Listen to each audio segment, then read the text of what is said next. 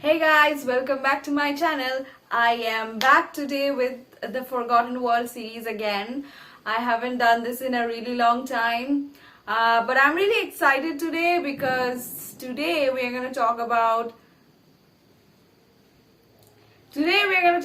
something really interesting. Today we are about to talk about vampires.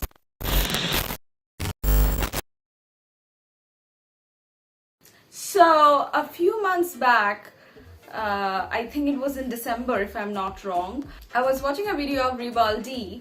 I watch his videos and he did a video on vampire POVs of TikTok. And while I was watching it, I was kind of hit with a question. I was like, why do people like vampires so much? How did this all begin? So I looked into it a bit and I found a lot of interesting things. So I thought, why not make a story time video out of it? So today we are here to talk about the origin myth. Today we are here to talk about the origin story of the vampire myth.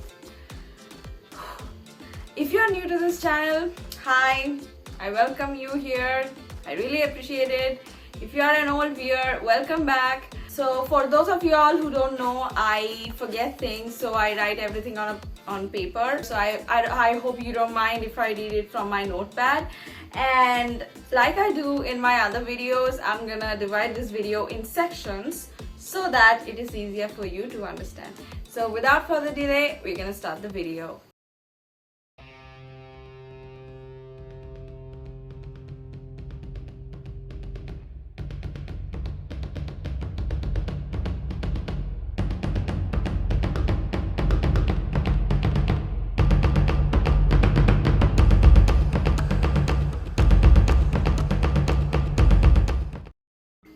Okay, so to begin with, we're gonna start from the ancient world. Throughout history, there has been a lot of vampire-like creatures who had similar features, characteristics like a vampire. The first ever vampiric character that we find in history is a man named Ambrogio. We get his story from the scriptures of Delphi. Now, what is Delphi? Delphi was a shrine of the Greek god Apollo, and there there was someone by the name of Pythia who would give oracles to people, and people went there to listen to their destinies. Ambrogio also went to this shrine at Delphi, the Apollo shrine, to know his story, where the Pythia told him disastrous stories of what was going to happen to him.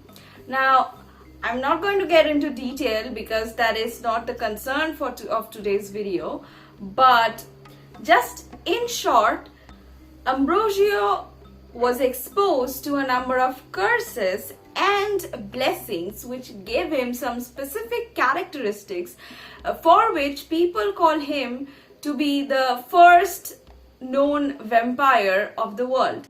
Now, as the story goes, Ambrogio was in love with someone called Selene, but there were a lot of obstacles in their way. A lot of people didn't want them to be together and other things. Ambrogio did everything in his power so that he could be together with Selene. They wanted to marry each other and stay forever, but they had to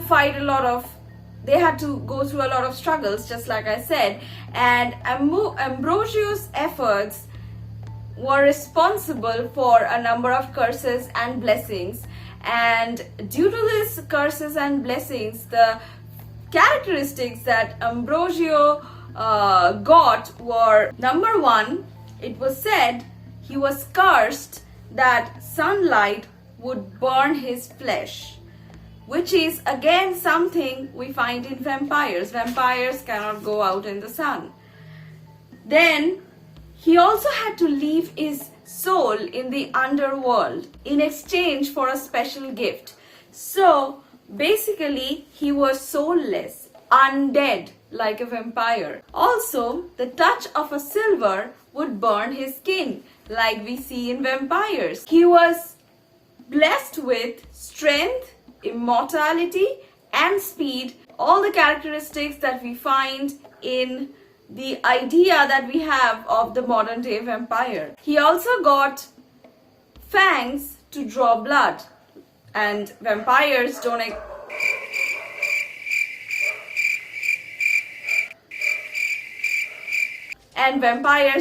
have fangs. And in the end, when Celine and Ambrogio, they were together, Ambrogio was soulless, remember? So he didn't age. But Celine was aging because she was a normal mortal. So Ambrogio had to bite her so that she would be immortal too and they could be together. So all these things, all these characteristics that we see, they are very similar to our idea of today's vampire. This is why some people believe that he was the first known example of a vampiric creature. Ambrogio's story is really fascinating. If you're interested, there are a number of videos and writings on it. You can check it out. The reason why I didn't go into detail is because that's not the concern of this video. That's not what we're going to focus today. We're just going to talk about the vampire myth. So, among the ancient myths we have about demonic creatures, every culture had their own version of a creature that resembled a vampire. For example, in Mesopotamia, there was a demon goddess who was known as Lamashtu. There was an Israeli temptress demon known as Lilith. Again, in Norse mythology, there were creatures known as Draugrs. Draugrs were undead creatures. So all of these creatures, they were undead. The characteristic features of them, similar characteristic features, was they were undead. They would feed on the living. They were more like a parasite-like creature. Then again, in Romania and other parts of Eastern Europe, we had the strigoi. Strigois are basically spirits who have risen from the grave and they only survive on blood. So as we can see, these early vampires, they were demonic, zombie-like, evil creatures who were parasites to living things, living beings. Now, this entire process, starting from the ancient time till modern time, it is like an evolution.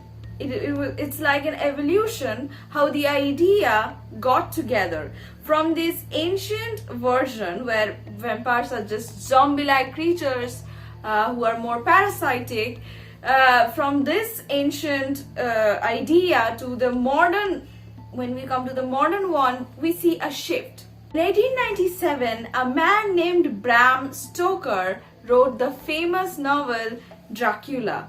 Now, this is something that changed our idea of a vampire forever.